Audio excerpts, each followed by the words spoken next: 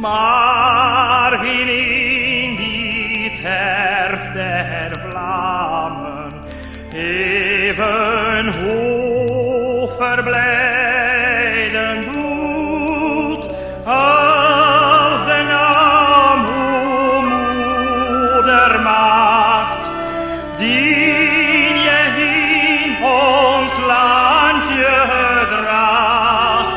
Schoner klinkt hij dan al de anderen, onze lieve vrouw van Vlaanderen, onze lieve vrouw van Vlaanderen.